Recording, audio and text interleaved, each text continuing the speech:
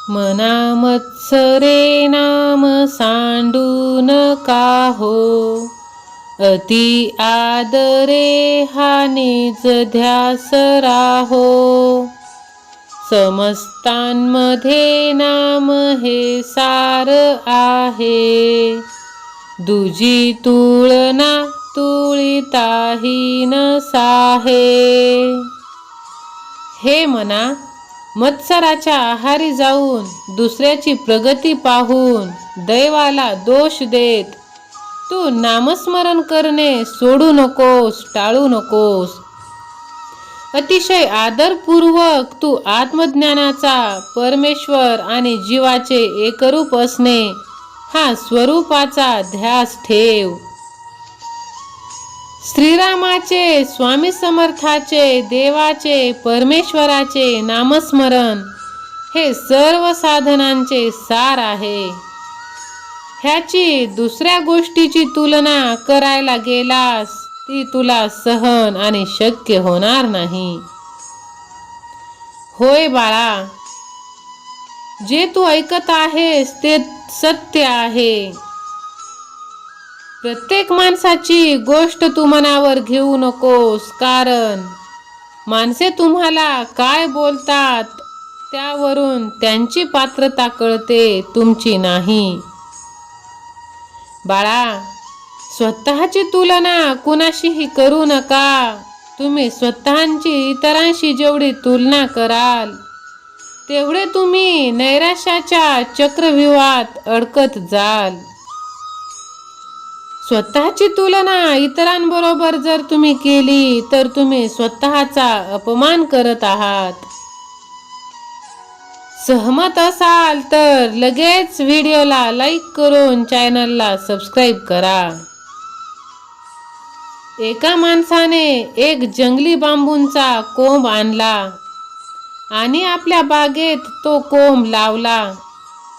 त्याच्या बागेत त्याने हल्ली अनेक वेगवेगळी बियाणे लावली होती, जसे आंबा, फणस आणि बरेच काही झाडांची रोपे बिया त्याने लावले होते. तो रोज त्या बियांबरोबर या बांबूंच्या कोंबालाही पाणी घालत असे.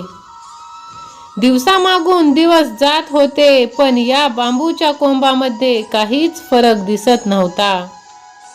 एव्हा ना इतर काही बियांची तर रोपटीही दिसू लागली होती, पण त्याने त्या सर्वांबरोबर त्या बांबूच्या कोंबालाही पाणी घालण्याचा रतिबा चालूच ठेवला. इकडे आंब्या फणसाची झाडे वाढून त्यांना मोहरही आला. त्या झाडांना आता फळे लागण्याची वेळ आली होती, पण अजूनही त्या कोंबात काहीच फरक दिसत नव्हता.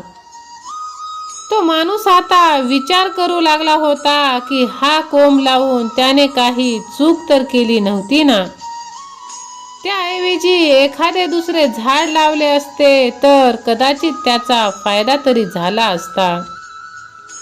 असे म्हणून तो त्या लावलेल्या कोंबाकडे गेला आणि पाहतो तर काय, त्या कोंबाला थोडी नवी पालवी फुटू लागली होती. तो माणूस आता पुन्हा त्या कोंबाला पाणी घालू लागला आणि पुढच्या काही दिवसातच त्या कोंबाला अनेक फुटवे फुटून तो आता विस्तारू लागला होता.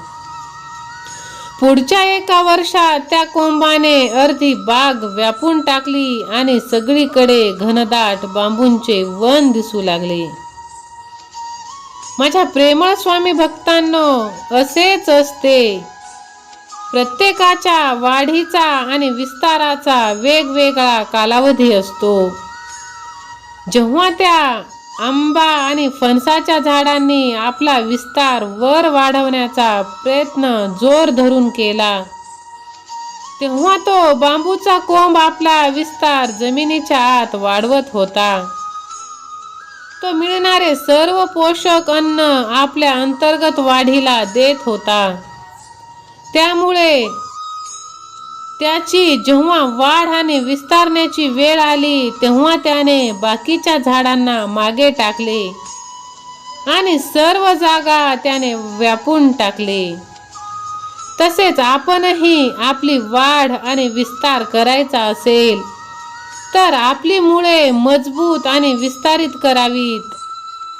काळ कितीही निघून गेला आणि कसेही संकट आले, कोणीही आपल्या मागून येऊन कितीही पुढे गेले, तरी आपल्या क्षमतांचा विकास आणि त्या बांबूच्या कोंबाप्रमाणे करत राहायला पाहिजे. जेव्हा आपल्या क्षमता आजमावण्याची वेळ येते तेव्हा इतर जण कदाचित मागे पडतील, पण एक परिपूर्ण व मजबूत व्यक्ती कधीच मागे पडणार नाही.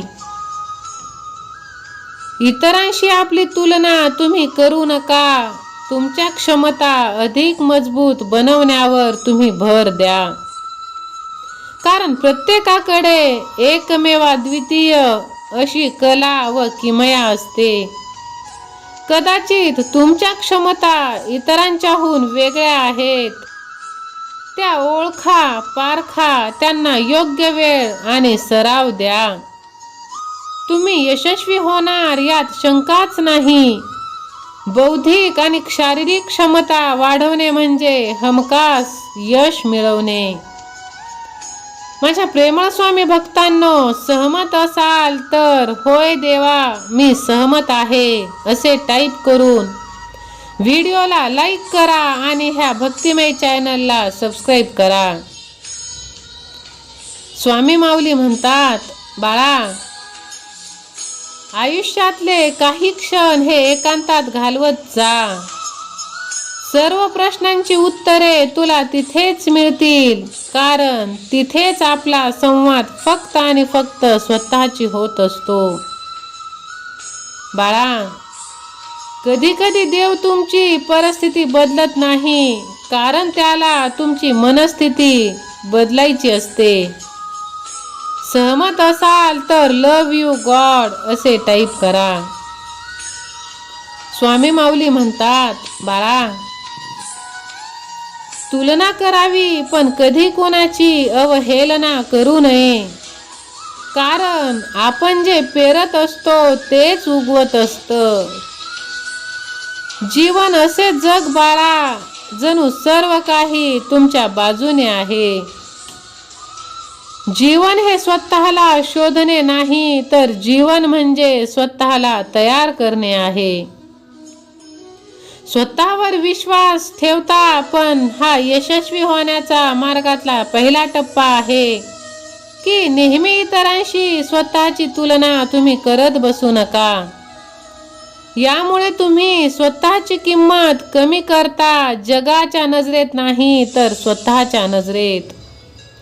सहमत असाल तर स्वामी माझ्या पाठीशी असे टाईप करा. स्वामी माऊली म्हणतात, बाळा, कधीच स्वतःला तुम्ही कमी लेखू नका, कारण तुम्ही या जगात केवळ तुलना करायला नाही आले, तर काहीतरी वेगळे करून स्वतःला सिद्ध करायला आले असा विचार तुम्ही करा. जे तुमच्याकडे आहे ते इतर कोणाकडे नाही, हा विचार करीत सकारात्मकतेचा मार्ग तुम्ही निवडा.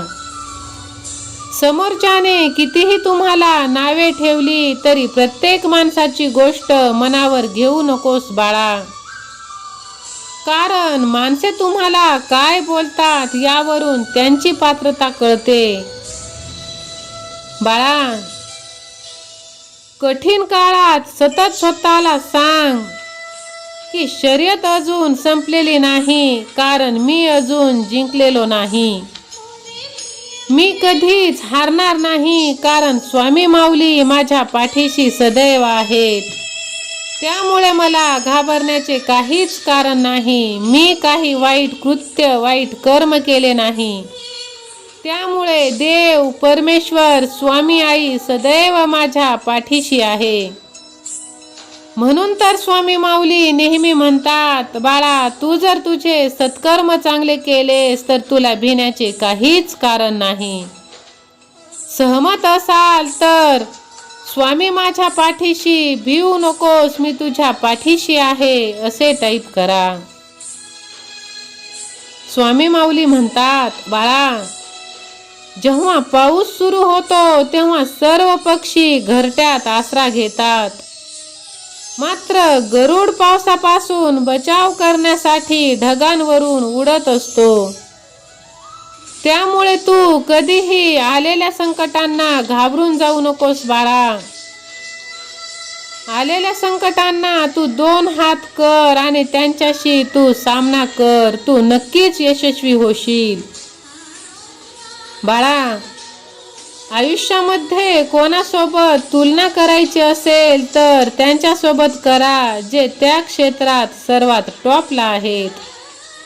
कारण जेव्हा आपण तसा विचार करू तेव्हा आपण त्यांना फॉलो करायला लागू. त्यांची विचारसरणी आपल्याला कळत जाईल आणि हळूहळू आपल्याला समजेल की आपण पण पुढे चाललो आहे. आपल्याला हे समजायला लागेल. जीवनाची व्हॅलिडिटी जास्त नसली तरी चालेल, परंतु जीवनात आनंदाचा बॅलेन्स हा भरपूर हवा. आणि तो आनंदाचा बॅलेन्स फक्त आणि फक्त आपले सत्कर्म, आपल्या ओठी स्वामी माऊलींचे असलेले नामस्मरण आणि आपले केलेले कर्म, आपले केलेले भोग, आपले केलेले प्रारब्ध ह्याच्यावरती अवलंबून असते. त्यामुळे माझ्या प्रेमळ स्वामी भक्तांनो, तुम्ही सदैव स्वामी माऊलींचे नामस्मरण करा, त्यांची भक्ती करा आणि स्वामी माऊलींवरती, आपल्या स्वामी आईवरती, आपल्या परमेश्वरावरती, आपल्या देवावरती विश्वास ठेवा. त्यांच्यावरती जर का आपण विश्वास ठेवला आणि सत्कर्म चांगले केले तर आपल्याला कोणाचेच पाया पडण्याची गरज नाही. सहमत असाल तर लगेच व्हिडिओला लाईक करून ह्या भक्तिमय चॅनलला सबस्क्राईब करा आणि बाजूची घंटी देखील टाईप करा. स्वामी सेवा आणि मी असे टाईप करून हा व्हिडिओ ज्यांना याची गरज आहे त्यांना शेअर देखील करा आणि सतत माऊलींच्या नामस्मरणांमध्ये राहा. श्री स्वामी समर्थ.